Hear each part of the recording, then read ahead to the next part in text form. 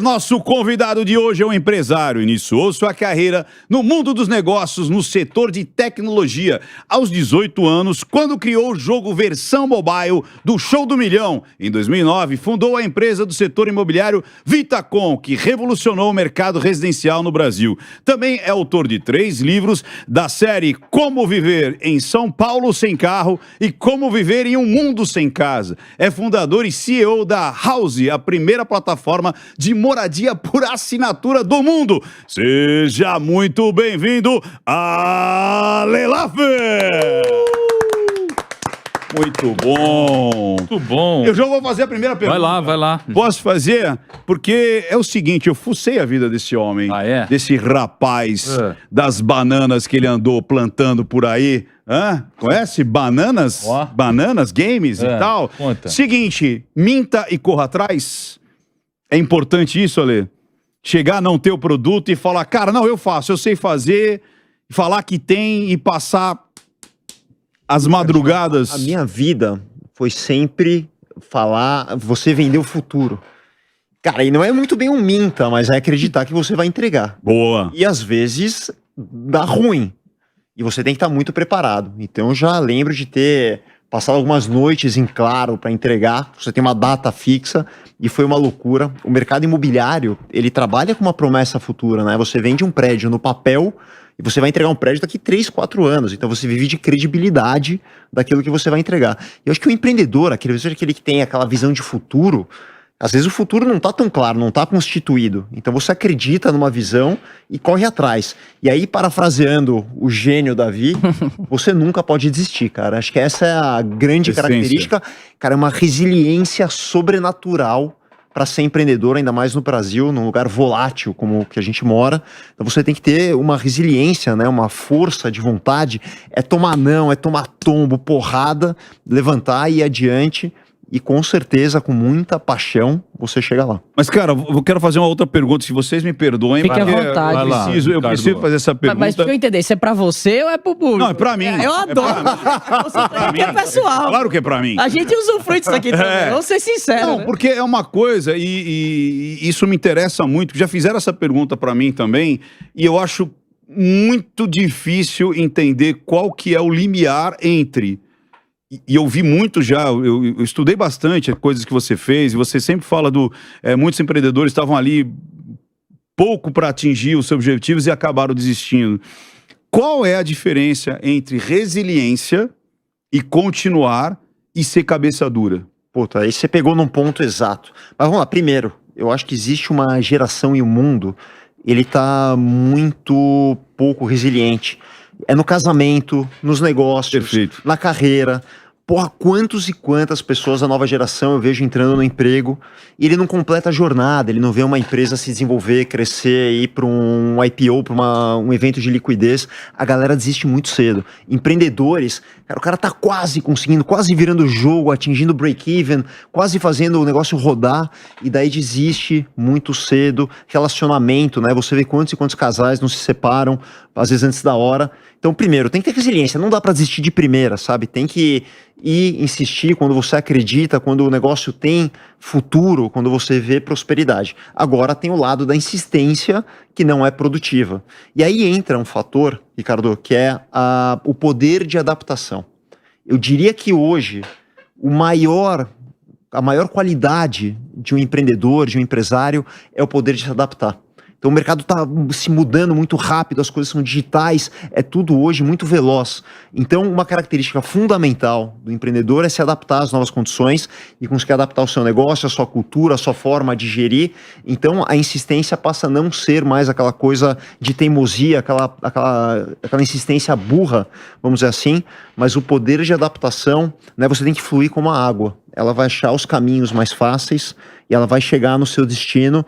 Às vezes não é da forma como foi planejada, às vezes não é pelo caminho reto, às vezes ele é mais tortuoso, mas o importante é você mirar naquele objetivo e chegar sempre da melhor forma, e isso passa hoje principalmente por adaptação. E foi com essa adaptabilidade aí que você enxergou, por exemplo, o negócio de casa por assinatura? Porque isso era apenas uma tendência, né? Você quer história bonita ou história real, Eric? A gente aqui... Porra, a gente quer história real. Plano B, a gente gosta de falar...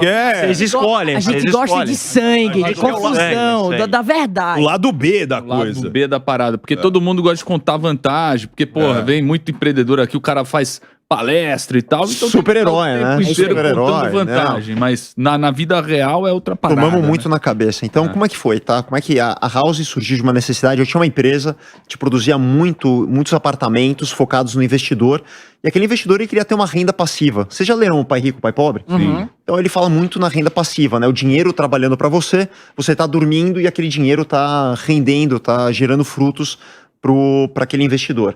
Então o conceito foi, vamos pegar aquele apartamento que o investidor comprou e dá muito trabalho, o cara é um dentista, é um advogado, ele não quer saber de administrar apartamento, saber de vazamento, de inquilino. Tipo, vamos administrar para esse cara e gerar renda para ele sem que ele tenha dor de cabeça.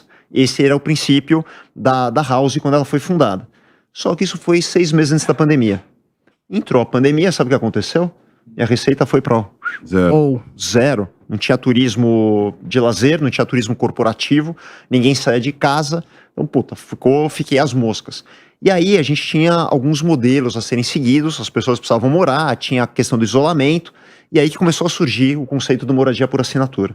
Então era uma moradia em que a pessoa podia ficar quanto tempo ela quisesse, sem nenhuma restrição, sem contrato, burocracia, cartório, era tudo muito simples, né? A gente viu que a pessoa não queria nem tomar um contrato longo, porque ela não sabia o que ia ser amanhã, as pessoas não sabiam nem se iam estar vivas. E outro ponto que foi crucial, tinha uma questão de inadimplência, as pessoas não sabiam se iam poder pagar, negócios indo mal, e aí a gente criou um conceito que é muito legal, que é um conceito pré-pago. A pessoa passa o cartão de crédito, ela paga o mês da moradia, que nem se fosse uma academia de ginástica. Paga pra usar. Paga para usar. Não pagou no mês seguinte, a catraca lá não vira, o apartamento também para de funcionar e acabou a mensalidade que a pessoa tinha. E aí a gente revolucionou a moradia, né? Num conceito que só existiam aqueles contratos longos. 36 meses. 36 meses com Fiador, garantias. Todos vocês conhecem. A gente reduziu a um simples pagamento, 100% online, e a pessoa mora quanto tempo ela quiser. Então hoje você tem uma categoria de pessoas que estão em trabalho remoto, trabalho flexível, nômades por opção. Jovens. Pessoas casando muito tarde, e aí a gente acertou na mosca, né? Foi uma mudança forçada, não foi pensar, falar, tem mérito aqui, não, a gente foi obrigado. Lembra que a gente falou da adaptação? É isso que eu ia falar, que combina com o que você falou, de não ir na força bruta, ir na estratégia. Se você continuasse na força bruta, não ia dar certo naquele modelo. Da visão, não pode se apaixonar. Você já deve ter ouvido isso milhares de vezes, mas fica aqui um recado pro empreendedor, né, pro empresário, que você não pode se apaixonar pela solução. Né? Perfeito. Então, se você fica apaixonado, eu quero fazer aquela locação tradicional, minha solução, é o problema. O cara tinha um problema, ele precisava morar, não sabia o que ia ser o amanhã, estava curto de grana, etc. E a gente criou um modelo por assinatura, obviamente muito inspirado na própria Netflix, por exemplo, né, que tem um modelo, entre vários outros modelos por assinatura, e deu super certo no mercado imobiliário, que é um mercado ultra conservador, né? Outra coisa que eu escuto as pessoas, não, mas o mercado é muito difícil, é muito conservador. Ou então vem trabalhar no mercado imobiliário, vocês vão ver o que é conservadorismo. E deu super certo. E a empresa, depois da pandemia, ela teve um crescimento exponencial, captou muito dinheiro. Então foi uma jornada muito bacana, mas dura. Eu perdi um sócio, né? Então quando a gente fala de dificuldades, né? Nesse meu momento, imagina essa loucura. Eu e meu sócio, a gente pegou o Covid juntos na época e ele faleceu. Então no meio do turbilhão todo, que é vida de empreendedor, né? E hoje, sabe, a gente tem uma raça, sabe, para honrar o nome dele, o legado, que hoje nos dá muita força, é muito bacana. Que legal. Eu tenho uma pergunta. A turma que assiste a gente são pequenos empreendedores. Às vezes é o cara dono de uma padaria, dono de uma pequena academia, dono de uma pequena escola. Então eles olham pra você como uma super referência hoje. Mas eu queria que você desse um recado pensando em você quando você estava começando. Lindo. Então, o que você diria pra você? Porque com certeza você escutou uma série de coisas naquele momento que você não necessariamente acreditou. Então, tenta comunicar pra turma que tá em casa de um jeito que você escutaria quando você estava começando, sabe? Com um carinho, assim, diferente. Uma lição, um recado, uma mensagem, seja lá... De coração. De coração. A primeira coisa da visão que eu diria é que você tem que ter uma paixão extrema. Se a pessoa ela entra no negócio por um propósito errado, Eu quero ganhar muito dinheiro, o mercado é grande. São coisas que eu escuto, às vezes, de algum empreendedor.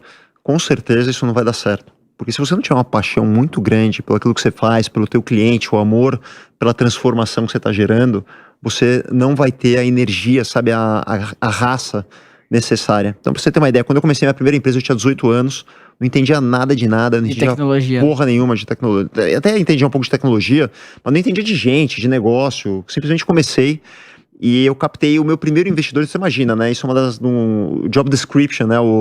Um dos trabalhos do empreendedor é captar dinheiro se ele quer crescer, quer fazer algo grande. Então eu captei de alguns investidores e eles iam fazer um investimento em 12 parcelas. E eles fizeram a primeira, a segunda. Na segunda eles me chamaram e falaram, olha, meu negócio tá indo mal, né, desses investidores, e a gente não vai mais poder investir. Então, puta, imagina o susto, né? Fala, pô, mas já contratei, tô crescendo, colaborando com 18 anos ali, sem saber muito o que fazer. E eles falaram, não, e eu quero as 2 parcelas que a gente colocou, eu quero de volta. E aí eu comecei, eu lembro, eu e meu sócio, a gente fez 12 promissórias daquelas 2 parcelas.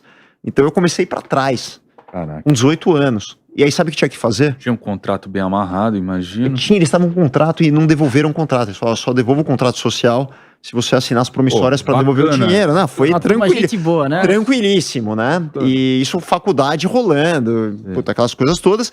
E sabe qual foi a solução? O que vocês acham? Vender mais? Vender, cara, vender.